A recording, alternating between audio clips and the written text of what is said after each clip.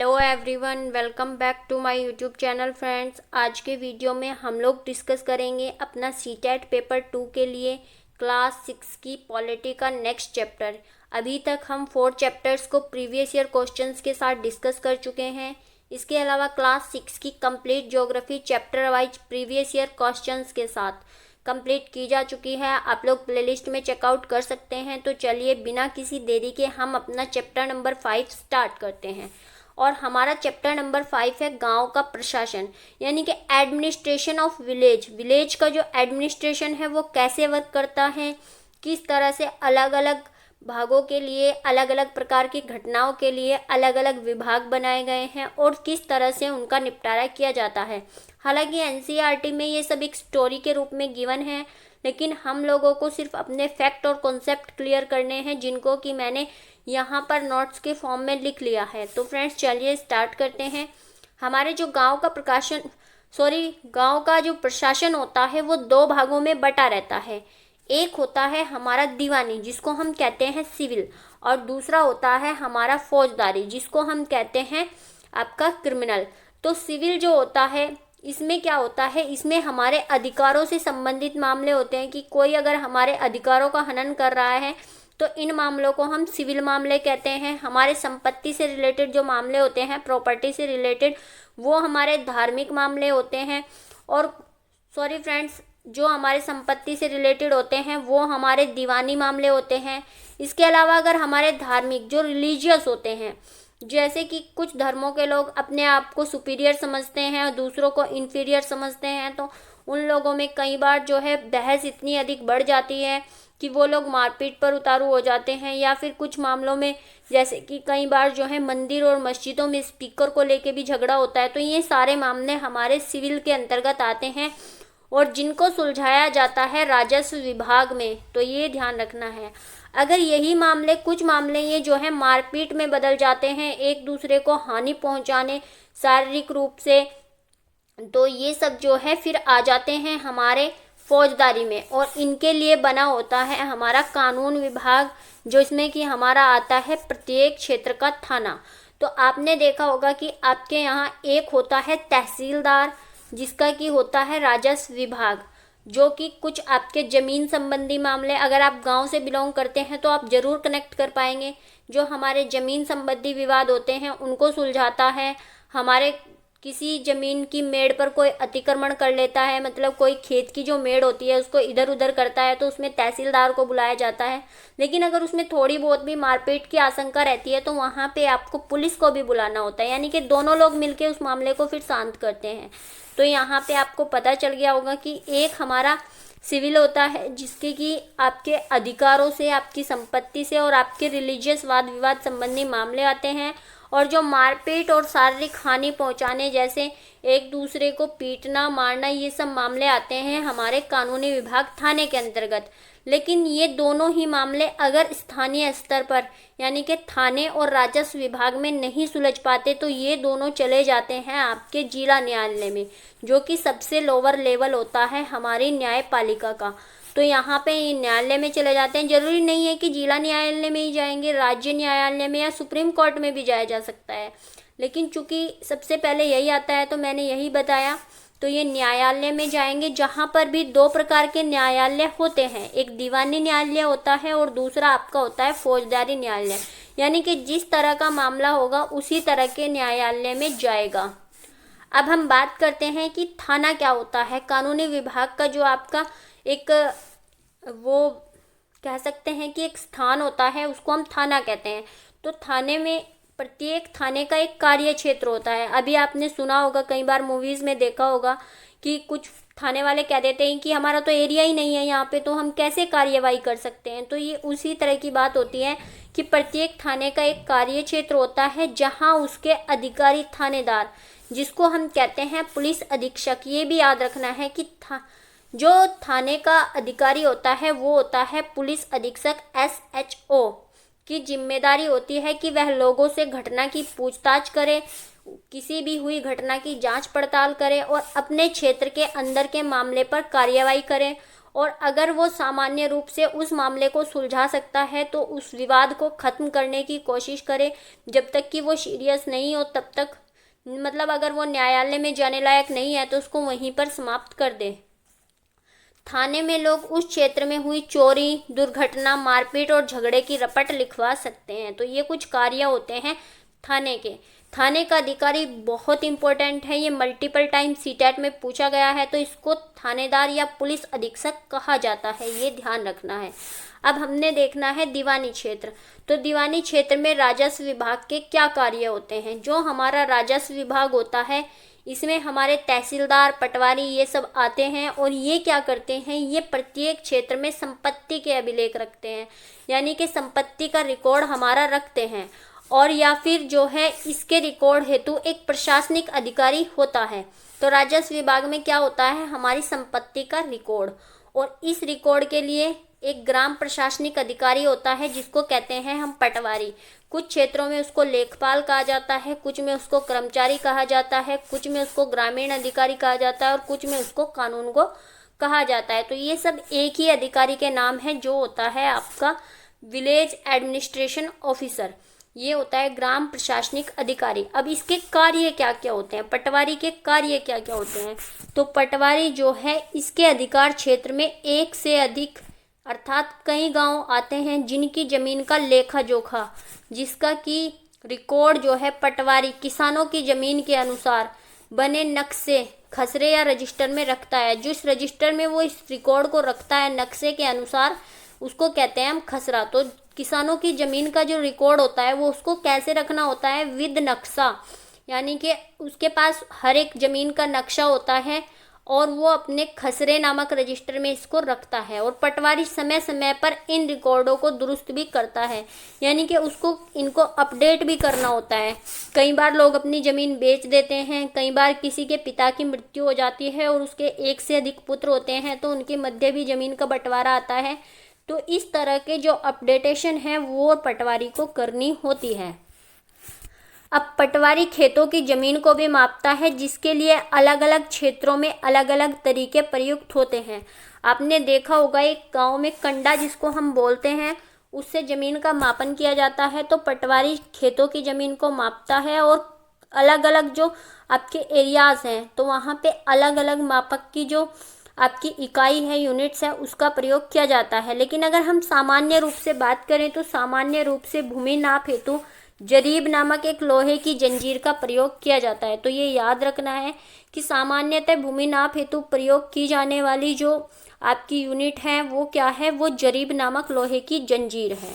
अब पटवारी क्या करता है, पटवारी किसानों से भूमि कर, जो आपका लैंड कर होता है, वो भी कलेक्ट करता है। आपने देखा होगा गाँव में उसको बोल देते हैं बाकी। चूँकि मैं एग्रीकल्चर की फैमिली से जुड़ी हुई हूँ तो मुझे ये सारी चीज़ें पता हैं। आप लोग भी अगर गांव से बिलोंग करते हैं और इंटरेस्ट लेते हैं इन सारी चीज़ों में तो आपको ज़रूर पता होगा गांव के लोग इसी भूमि कर को बाकी बोल देते हैं कि पटवारी बाकी लेने आया है। तो पटवारी किसानों से भूमि कर कलेक्ट करता है और सरकार को अपने क्षेत्र में उगने वाली फसलों के बारे में जानकारी भी देता है कि हमारे क्षेत्र में कौन कौन सी फसल जो है वो ज़्यादा उगी है और कितनी मात्रा में उगी है। जमीन से जुड़े मामलों की व्यवस्था के लिए जिले कई उपखंडों में बटे रहते हैं जिन्हें तालुका या तहसील कहा जाता है। तो अब आपको देखना है कि जो आपके सिविल के मामले होते हैं जिसमें कि ज़मीन से जुड़े मामले होते हैं, उनमें क्या होता है कि उनमें अगर आपका जिला है, मैंने आपको बताया कि जिले पर न्यायालय दोनों के लिए दो शाखाओं में बटा रहता है, एक सिविल कोर्ट, दूसरा आपका क्रिमिनल कोर्ट। लेकिन अगर हम उस मामले से नीचे जाएं, जिले से नीचे जाएं, तो जिला क्या होता है, जिला कई उपखंडों में बटा रहता है जिनको हम तालुका या तहसील कहते हैं, अर्थात जिनको कहते हैं हम ब्लॉक। और इसके अधिकारी कहलाते हैं तहसीलदार, जो कि आपके पीसीएस के थ्रू जो है चयनित होकर आते हैं। तो ये तहसीलदार इसके अधिकारी होते हैं और ये अपना काम करते हैं जिला अधिकारी यानी मजिस्ट्रेट, जिसको हम डिस्ट्रिक्ट मजिस्ट्रेट डीएम कहते हैं, जो कि यूपीएससी के थ्रू चुनकर आते हैं, उनके निरीक्षण में संपन्न करते हैं। तो देखिए यहाँ से आपको बेसिक चीज़ें भी समझने की जो है वो प्रोसेस पता चलेगी कि कैसे हम एडमिनिस्ट्रेशन को समझ सकते हैं। अब तहसीलदार के कार्य क्या होते हैं, तो तहसीलदार क्या कार्य करते हैं। अब तहसीलदार आपने देखा कि जिले में बहुत सारे 4, 5, 6 जितने भी जिला क्षेत्रों में बटा होगा उतने तहसीलदार होंगे, और फिर इन तहसीलदारों के नीचे बहुत सारे जितने भी क्षेत्रों में ये बटा होगा ग्रामीण, उतने ही पटवारी होते हैं। तो ये क्या करेगा, जो पटवारी आपका ग्रामीण स्तर का अधिकारी होता है, देखिए सचिव होता है प्रत्येक पंचायत में, तो सचिव किससे जुड़ा है, सचिव आपका सरकार के स्थानीय स्वशासन से जुड़ा है, और ये पटवारी को भी रिकॉर्ड देता है। फिर पटवारी अपना रिकॉर्ड जो है तहसीलदार को देता है, और तहसीलदार अपनी रिपोर्ट जो है वो डिस्ट्रिक्ट मजिस्ट्रेट यानी डीएम को देता है। तो इस तरह से कुछ प्रशासन कार्य करता है। तो तहसीलदार पटवारी के कार्यों का निरीक्षण करते हैं, ऑब्जर्वेशन करते हैं, और देखते हैं कि वो रिकॉर्ड को सही ढंग से मेंटेन कर रहा है या नहीं कर रहा है। क्योंकि कई बार क्या होता है कि कुछ लोग जो है वो भ्रष्ट हो जाते हैं, और फिर वो अपने रिकॉर्ड्स में फेरबदल की कोशिश करते हैं कुछ लोगों से ब्राइब लेने के बाद। लेकिन इस सब पर जो कंट्रोल रखता है वो रखता है आपका तहसीलदार। और तहसीलदार यह भी सुनिश्चित करता है कि जो राजस्व कर है वो समय समय पर कलेक्ट होता रहे, किसानों को अपने रिकॉर्ड की नकल आसानी से मिल जाए, ये भी जो है तहसीलदार ही सुनिश्चित करता है। लेकिन इसके बदले में आपको कुछ मामूली सा शुल्क देना पड़ता है, जैसे कि शायद अभी तक 15 रुपये आपको अपनी नकल के लिए 15 रुपीज़ देने पड़ते थे अगर आप अपनी ज़मीन की नकल निकलवाना चाहते हैं। और ये ज़मीन की नकल क्या होती है, इससे आपको पता चलता है कि आपका कौन सा खेत कितने क्षेत्र में फैला हुआ है और ये कहाँ पर एग्जिस्ट करता है, यानी कि आपको नक्शा और कितना उसका क्षेत्र है, ये सब चीज़ें पता चल जाता है कहाँ कितने बीघा हमारी ज़मीन है। तहसीलदार विद्यार्थियों को जाति प्रमाण पत्र भी जारी करता है, आय प्रमाण पत्र भी जारी करता है। आपने देखा होगा कि हम लोग जो है अपना इनकम सर्टिफिकेट, अपना कास्ट सर्टिफिकेट बनवाने के लिए अब तो ऑनलाइन अप्लाई करने लगे हैं, लेकिन पहले इसके लिए हमें जाना होता था हमारे पटवारी के पास, और हमारा पटवारी उसको जो है रिकॉर्ड को सत्यापित करके सर्टिफाई करके फिर उस पे तहसीलदार की मोहर लगवा के हमें प्रोवाइड करवाता था।